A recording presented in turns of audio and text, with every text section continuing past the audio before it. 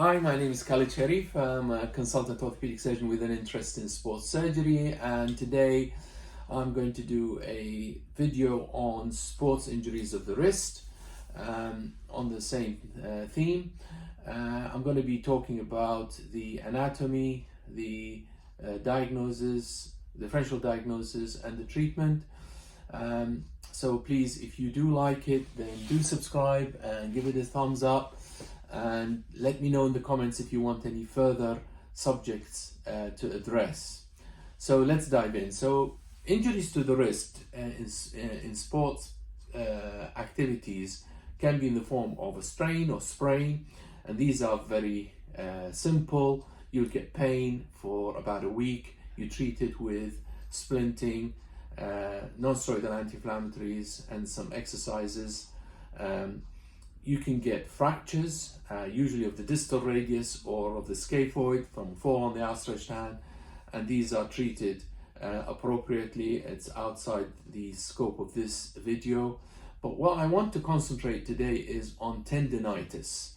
So the tendons of the wrist, there are flexor tendons that bend the wrist forward, and these are the flexor carpi radialis, flexor carpi ulnaris, but also assisted by the flexor digitorum superficialis and flexor digitorum profundus.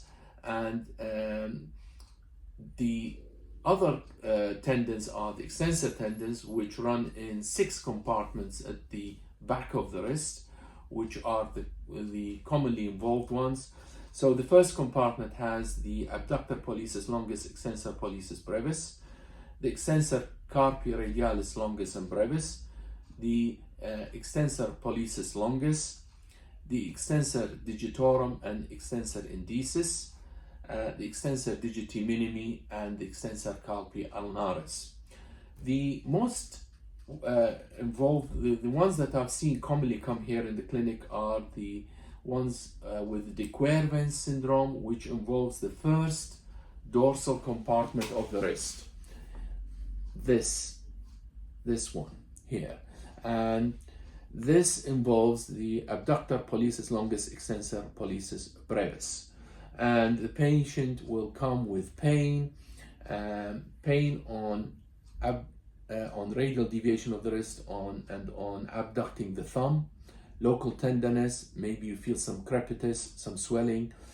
The differential diagnosis, you have to differentiate it from base of thumb arthritis, which is a common condition at the carpometacarpal joint. Basically, this is the metacarpal of the thumb, and on moving the thumb, they will feel pain.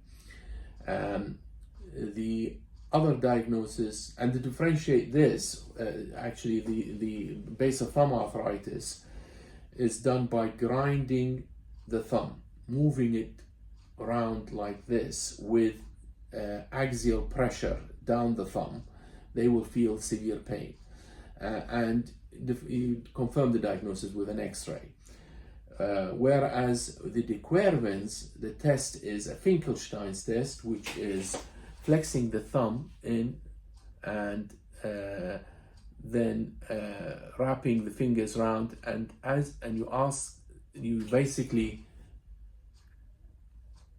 ulnar deviate the wrist with the thumb and fingers in that position, and they will get pain here in the first dorsal compartment. You have to warn the patient that they're going to feel the pain, because sometimes if the tendons are severely inflamed, they can feel severe pain and they can shout. So try and avoid causing too much discomfort to the patient.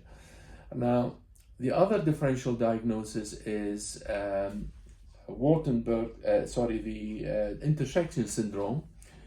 The intersection syndrome, the pain will be more proximal, about 4 centimeters proximal to the wrist, and this happens where the second dorsal compartment tendons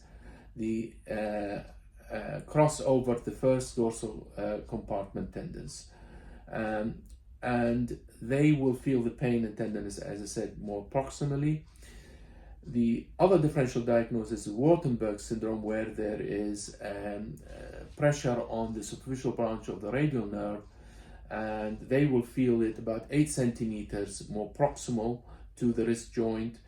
And these patients usually feel pins and needles at the dorsum of the wrist, of the hand on the radial side, as well as the pain. So I want to go into the treatment of these patients. I mean, usually the patients that get it are those that are in sporting of the racket sports, usually rowers, weightlifters. Any repetitive movement of the wrist can cause dequervens tenosynovitis, sometimes called stenosing tenosynovitis. So the treatment is mainly rest, and you can splint the wrist. You can give non-steroidal anti-inflammatories, ice it. If that doesn't work, we can give a steroid injection, and the way to do this is to put the wrist over a towel or something to basically bend the wrist to the ulnar side to make the tendons more prominent, and then you inject steroid into the tendon sheath. Try to avoid injecting the steroid into the tendon, and you will know that because it's difficult to push the steroid into the tendons. It'll be more difficult, but you do this into the tendon sheath. The other treatment is releasing the first dorsal compartment, and here you have to be careful because there are anatomical variations, and I've seen this a lot. The tendons running in separate compartments, and you can get failure of the procedure if you fail to decompress all the compartments. And also you have to be wary of the superficial branch of the radial nerve. The problems if you do injure that is a neuroma of this nerve, and that can be very painful. You can get scarring of the tendons. That's why I always get the patient to move it straight away afterwards. And you can also get recurrence if you don't decompress it adequately. So I hope the above was helpful. Thank you very much.